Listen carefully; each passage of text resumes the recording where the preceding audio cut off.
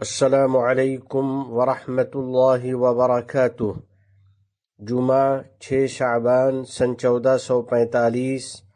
مطابق 16 فروری سن 2024 کے خطبے کا اردو میں خلاصہ پیش خدمت ہے۔ خطبے کا موضوع عبادت و اطاعت اور ذکر و تلاوت سے مسجدوں کو آباد کرنے والے بندے۔ الحمد للہ المعبود حبا وتعظیما، سبحانہ خضعت له الخلائق انقیادا وتسلیما، واشہد ان لا الہ الا اللہ وحدہ لا شریک له اقرارا ویقینا، واشہد ان سیدنا ونبینا محمدا عبد اللہ ورسولہ المصطفى تشریفا وتکریما، اللهم صل وسلم وبارك على سيدنا ونبينا محمد وعلى آله وصحبه ومن سلك من بعده صراطا مستقيما۔ رفیقان ملت اسلامیہ، میرے عزیز بھائیو، اسلام میں مسجدوں کی بہت زیادہ عظمت و فضیلت ہے۔ مساجد پاکیزہ مقامات اور عبادتوں سے آباد مکانات ہیں۔ مسجدوں میں مسلمانوں کے دل مطمئن رہتے ہیں اور ان میں عبادت گزاروں کے قلوب مسرور رہتے ہیں۔ نیکی اور بھلائی کی بنیاد پر ان کے دلوں میں الفت قائم رہتی ہے، ان کی صفوں میں اتحاد قائم رہتا ہے اور ان کی رائے میں اجتماعیت قائم رہتی ہے۔ مومن بندہ مسجد میں دعا کے ساتھ داخل ہوتا ہے اور دعا کے ساتھ نکلتا ہے، اور مسجدوں کو نماز، ذکر اور مناجات سے آباد رکھتا ہے۔ پس وہ مسجد میں اپنے دل کی راحت اور اپنے نفس کی سعادت مندی حاصل کرتا ہے اور اپنی روح کا اطمینان محسوس کرتا ہے۔ اللہ کے نیک بندو، مسجدوں کی عظمت و فضیلت کے بارے میں نبی کریم صلی اللہ علیہ وسلم کا ارشاد ہے، احب البلاد الی اللہ مساجدها۔ اللہ کے نزدیک آبادیوں کی سب سے محبوب جگہ وہاں کی مسجدیں ہیں۔ باری تعالی جل جلالہ نے مسجدوں کو اپنی طرف منسوب فرمایا ہے، چنانچہ ارشاد ہے وَأَنَّ الْمَسَاجِدَ لِلَّهِ، اور مسجدیں تو اللہ ہی کے لیے ہیں۔ اس میں عبادتیں قائم کی جاتی ہیں، ان میں مسلمانوں کے دینی جذبات بلند ہوتے ہیں اور ان کے احساسات پاکیزہ ہوتے ہیں۔ مسجدوں کی میناروں سے اذان بلند ہوتی ہے، ان کے ممبروں سے لوگوں کو اللہ کا ذکر سنایا جاتا ہے،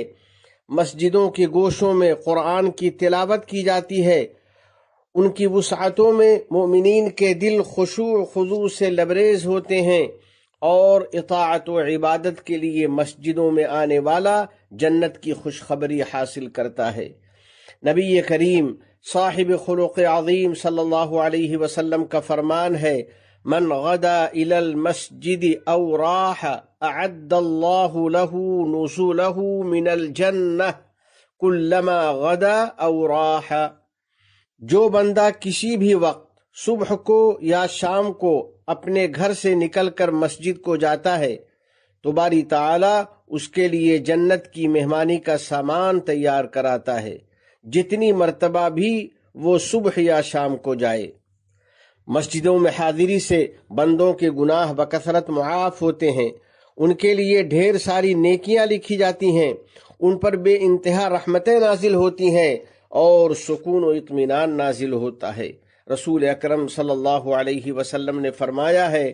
مجتمع قوم فی بیت من بیوت اللہ یتلون کتاب اللہ ویتدارسون بینہم الا نزلت علیہم السکینہ وغشیتہم الرحمہ وحفتہم الملائکہ وذکرہم اللہ فی من عندہ۔ جو لوگ بھی اللہ کے کسی گھر میں یعنی مسجد میں جمع ہو کر کتاب اللہ کی تلاوت کرتے ہیں اور آپس میں اس کو پڑھتے پڑھاتے ہیں تو ان پر سکینت نازل ہوتی ہے اور اللہ کی رحمت ان کو ڈھانپ لیتی ہے اور رحمت کے فرشتے ان کو گھیر لیتے ہیں اور اللہ تعالیٰ اپنے یہاں فرشتوں کے درمیان ان کا تذکرہ فرماتا ہے۔ مسجدوں کو آباد کرنے والوں، مساجد میں ملائکہ کرام آپ کے ساتھ ہوتے ہیں، وہ آپ کے اعمال اور اقوال کو لکھتے رہتے ہیں اور اسے آپ کے رب کی بارگاہ میں پیش کرتے ہیں، اور باری تعالیٰ کے سامنے آپ کا ذکر خیر کرتے ہیں۔ یقولون اتیناہم وہم یصلون وترکناہم وہم یصلون، وہ عرض کرتے ہیں کہ ہم جب ان کے پاس پہنچے تو وہ نماز پڑھ رہے تھے، اور جب ان کو چھوڑ کر آئے ہیں تو اس وقت بھی نماز پڑھ رہے تھے۔ مسجدوں کی زیارت کرنے والوں، اسی لیے خدائے عز و جل نے مسجدوں کے احترام و اکرام کی تاکید کی ہے، اس کی تعظیم و تکریم کا حکم دیا ہے، اور اس کے حقوق کی رعایت کا اور اس کا رتبہ بلند کرنے کا حکم دیا ہے، جیسا کہ قرآن کریم میں ارشاد ہے، فی بیوت اذن اللہ ان ترفع، جن گھروں کے بارے میں اللہ نے یہ حکم دیا ہے کہ ان کو بلند مقام دیا جائے، یعنی ان کی قدر و منزلت بلند کی جائے اور ان کی حفاظت اور تعظیم کی جائے۔ مسجدوں کی حفاظت اور ان کی تعظیم میں یہ بھی شامل ہے کہ مسلم بندہ مسجد جانے سے پہلے اپنے گھر میں پاکی حاصل کرے، صفائی ستھرائی کا اہتمام کرے، پھر سکون اور وقار کے ساتھ مسجد میں داخل ہو، جیسا کہ نبی کریم صلی اللہ علیہ وسلم کا فرمان ہے، من تطہر فی بیتہ ثم مشى الى بیت من بیوت اللہ لیقضی فریضة من فرائض اللہ كانت خطوتاه احداهما تحط خطیئة والأخرى ترفع درجة۔ جو بندہ اپنے گھر میں پاکی و صفائی حاصل کرے، پھر اللہ کا متعین فرمایا ہوا کوئی فرض ادا کرنے کے لیے اس کے کسی گھر یعنی مسجد جائے، تو اس کے ہر 2 قدم میں سے ایک قدم پر ایک خطا معاف ہوتی ہے اور دوسرے پر ایک درجہ بلند ہوتا ہے۔ ایک دوسری حدیث میں رسول اکرم صلی اللہ علیہ وسلم نے فرمایا ہے، اذا اتیتم الصلاة فعلیکم بالسکینہ فما ادرکتم فصلوا وما فاتکم فاتموا، جب تم نماز کے لیے مسجد میں آؤ تو ضروری ہے کہ تم پر سکون اور وقار طاری ہو، پھر جماعت کی نماز میں سے جتنی پاؤ اسے ادا کرو، اور جو چھوٹ جائے اسے پوری کر لو۔ مسجد جاتے وقت یہ بھی ضروری ہے کہ مومن بندہ بہترین اور عمدہ کپڑے پہنے اور صاف ستھرا لباس زیب تن کرے، اور اس بات کو یاد رکھے کہ جو شخص مسجد میں حاضر ہوتا ہے وہ اللہ کی زیارت کرنے والا ہوتا ہے، اور وہ اللہ جل جلالہ کے اس فرمان پر عمل کا اہتمام کرے، یا بنی آدم خذوا زینتکم عند کل مسجد، اے اولاد آدم ہر نماز کے وقت اپنی آرائش اختیار کیا کرو۔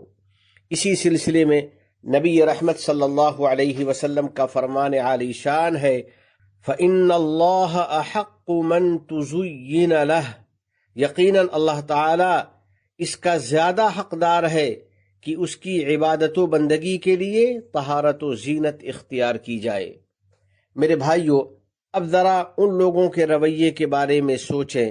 جو بلا کسی عذر کے گندے اور نامناسب کپڑوں کے ساتھ مسجد میں آ جاتے ہیں، اور ان کے بدن سے ایسی بو اٹھتی ہے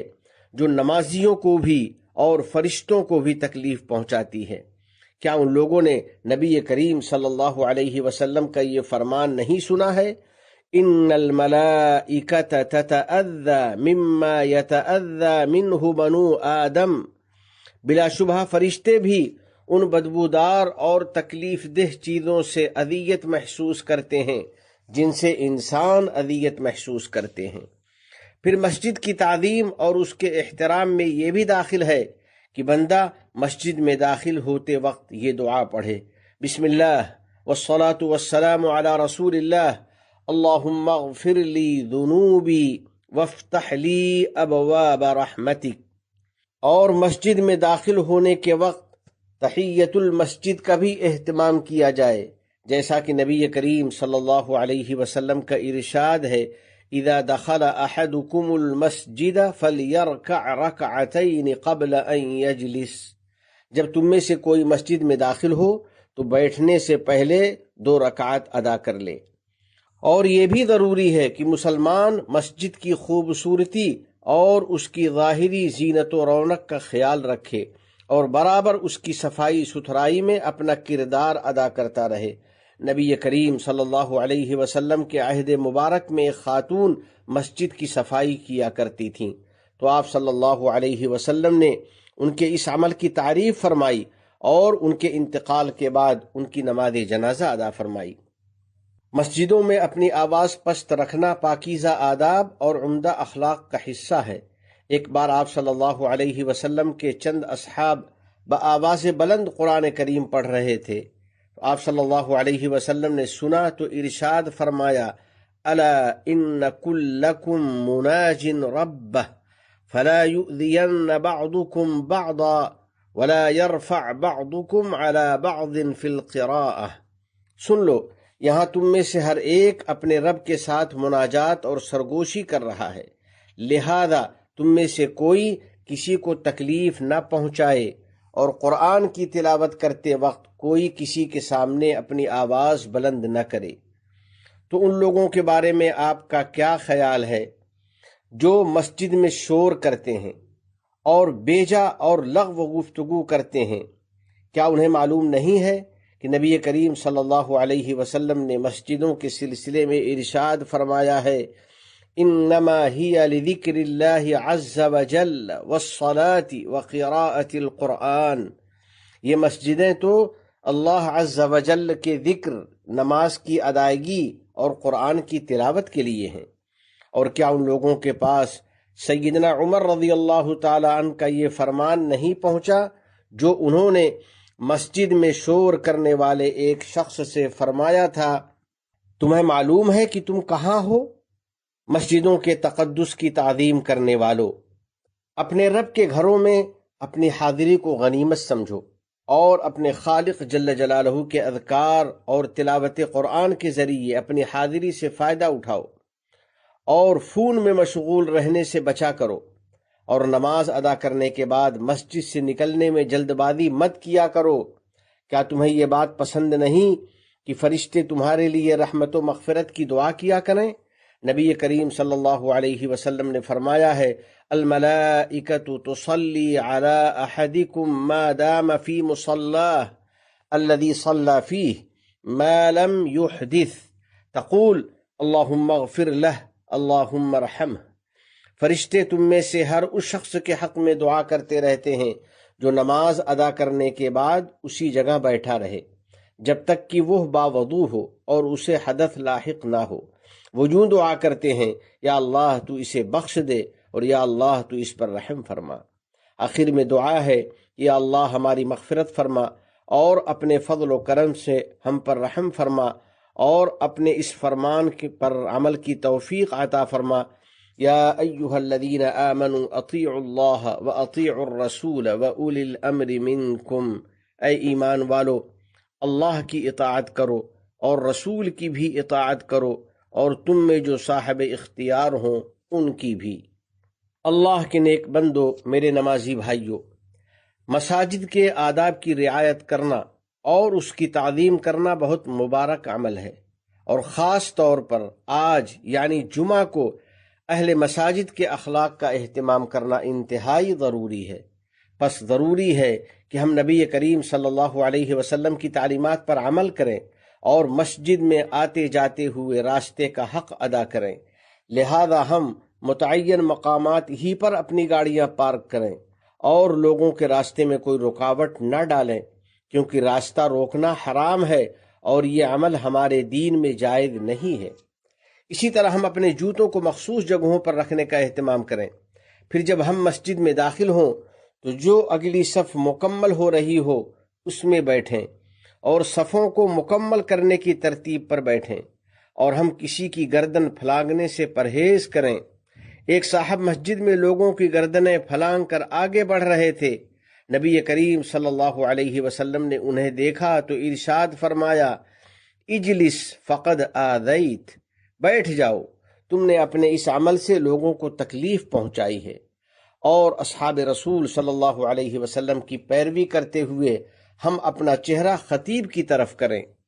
چنانچہ حضرت صلی اللہ علیہ وسلم جب منبر پر جلوہ افروز ہو جاتے تو صحابہ کرام رضی اللہ عنہم اپنا رخ نبی کریم صلی اللہ علیہ وسلم کے چہرے انور کی طرف کر لیتے تھے، اور ہم خطبہ میں اپنا دل لگائیں اور پوری توجہ اور اہتمام سے اس کو سنیں، اور خطبہ کے دوران لغو و کام اور بات چیت سے بچیں،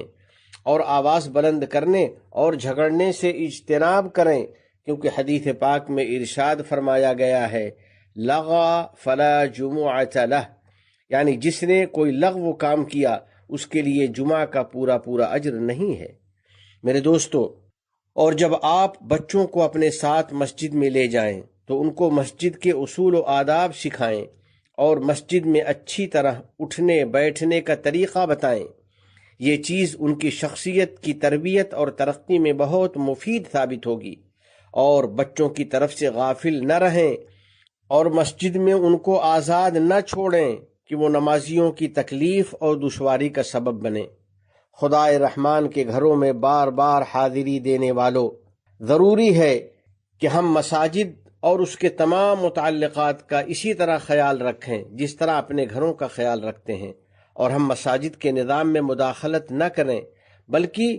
ان کی تمام تعلیمات کی پابندی کریں،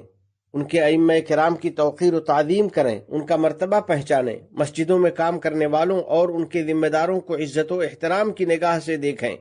بلا شبہ یہ ہم میں سے ہر ایک کی ذمہ داری ہے۔ ہمارے مبارک ملک یعنی متحدہ عرب امارات نے مسجدوں کا خصوصی خیال رکھا ہے اور ان پر بے انتہا توجہ مبذول کی ہے۔ چنانچہ یہاں کی مسجدیں ایمان کے منارے اور تہذیب اسلامی کے قلعے ہیں۔ اوقاف نے مساجد کا معیار بلند کرنے اور ان کی ضروریات پوری کرنے میں کوئی کسر نہیں چھوڑی ہے تاکہ نمازیوں کو راحت اور اطمینان حاصل ہو۔ بس ضروری ہے کہ ہم طاعت و عبادات کے ساتھ مسجدوں کو آباد کریں اور صدقہ جاریہ کے ذریعے اس کی تعمیر و ترقی میں حصہ لیں، تاکہ ہم بھی رب رحمان کے گھروں کی تعمیر کرنے والوں میں شامل ہو جائیں اور خدائے رحیم و کریم کے پڑوسیوں میں شامل ہو جائیں۔ چنانچہ قیامت کے دن اللہ سبحانہ و تعالی اعلان فرمائے گا این جیرانی این جیرانی فتقول الملائکہ ربنا ومن ينبغي ان يجاورك فيقول این عمار المساجد، میرے پڑوسی کہاں ہیں، میرے پڑوسی کہاں ہیں؟ تو ملائکہ عرض کریں گے اے ہمارے رب، کس کی یہ مجال ہے کہ وہ آپ کا پڑوس اختیار کرے؟ تو باری تعالیٰ ارشاد فرمائے گا کہ مسجدوں کو آباد کرنے والے کہاں ہیں؟ آخر میں بارگاہ رب العزت میں دعا ہے کہ الہ العالمین ہمیں بھی اپنے پڑوسیوں اور خاص بندوں میں شامل فرما لے، مسجدوں کو آباد رکھنے والا بنا دے اور ان میں خشوع خضوع کے ساتھ اطاعت و عبادت کی توفیق عطا فرما دے، اپنے احکام اور نبی کریم صلی اللہ علیہ وسلم کی سنتوں سے سچی محبت نصیب فرما اور ان پر عمل آسان فرما، ہمیں اور ہماری اولاد کو علم نافع اور عمل صالح کی توفیق عطا فرما، تمام گناہوں اور ہر قسم کی خرافات سے ہم کو بچا لے، ہمارے والدین عزیز و اقارب اور پوری امت مسلمہ کو امن و رحمت اور صحت و عافیت عطا فرما، اور ہمارے تمام مرحومین کی مغفرت فرما، ہم پر باران رحمت نازل فرما۔ اس ملک کے صدر ذی وقار شیخ محمد بن زائد، ان کے نائبین اور ان کے ولی عہد کو توفیق و عنایت اور صحت و عافیت عطا فرما۔ یا اللہ، شیخ زائد، شیخ مکتوم، شیخ خلیفہ بن زائد اور دیگر مرحومین شیوخ پر رحمت نازل فرما۔ اس ملک کو دین و شریعت، علم و ثقافت، عزت و احترام، تعمیر و ترقی، صفائی و پاکیزگی اور حسن و جمال کا وطن بنا۔ متحدہ عرب امارات اور عالم اسلام سمیت پوری دنیا کو امن و امان کا گہوارہ بنا۔ وفقنی اللہ و ایاکم لصالح الاعمال، وصلی اللہ علی سیدنا و نبینا و حبیبنا محمد وعلی آلہ وصحبہ اجمعین وعلی من تبعہم بإحسان الی یوم الدین۔ السلام علیکم ورحمۃ اللہ وبرکاتہ۔